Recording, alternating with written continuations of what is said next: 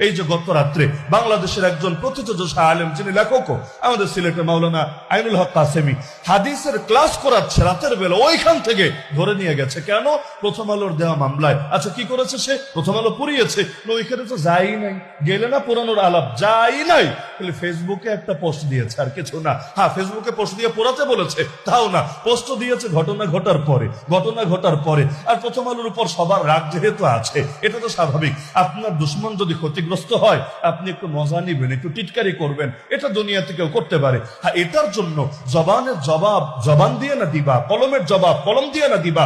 এই প্রথম আলোই তো সারা জীবন বলো বাক স্বাধীনতা, এই কথার স্বাধীনতার দোহাই দিয়ে আমার নবীর পর্যন্ত কার্টুন ছেপেছিল। আমার এখনো মনে আছে, আমরা তখন ছোট, একটা ম্যাগাজিন বের করতো আলপিন নামে। আলপিন আপনাদের মনে আছে কিনা জানি না, আলপিন বের করতো।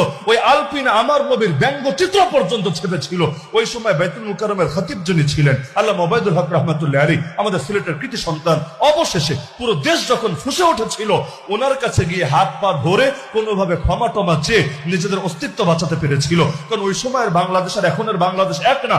ওই সময় আল্লাহর নবীরে গালি দিয়ে এই সমাজের মধ্যে নিরাপদ থাকবে, এটা কল্পনাও করা যেত। তো যাদের বাকস্বাধীনতা এতটা লাগামহীন, আমার নবীর ব্যঙ্গচিত্র পর্যন্ত আঁকতে পারে, যাদের বাকস্বাধীনতা এত লাগামহীন, যারা সব সময় ইনসাফের বিপক্ষে আর বিভিন্ন দালালি আর জুলুমের পক্ষে অবস্থান করেছে, যারা এই দেশে 11 পর্যন্ত ঘটিয়েছে, যারা এখন পর্যন্ত যারা ক্ষমতা থেকে দূরে ওই সমস্ত মানুষদেরকেও বিভিন্ন ভাবে পচিয়েছে, আর যারা বিগত দিন ক্ষমতায় ছিল ওদের লেজুর বৃত্তি করেছে, এখন তাদের নিয়ে ফেসবুকে একটা পোস্ট দিল, নিয়ে জেলখানায় ভরবে। এমনকি এটার জন্য অন্য পত্রিকার লাইসেন্স পর্যন্ত কেড়ে নেবে। কেন?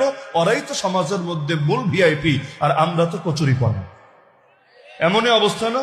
বাংলাদেশে বাম, এই নাস্তিক, এই কথিত সুশীল, ওদের হালত দেখলে মনে হয় এই দেশের সাধারণ মুসলমান এগুলো মানুষই না, তাই না? এদের কোনো মত থাকতে নাই, এদের কথার কোনো দাম থাকতে নাই।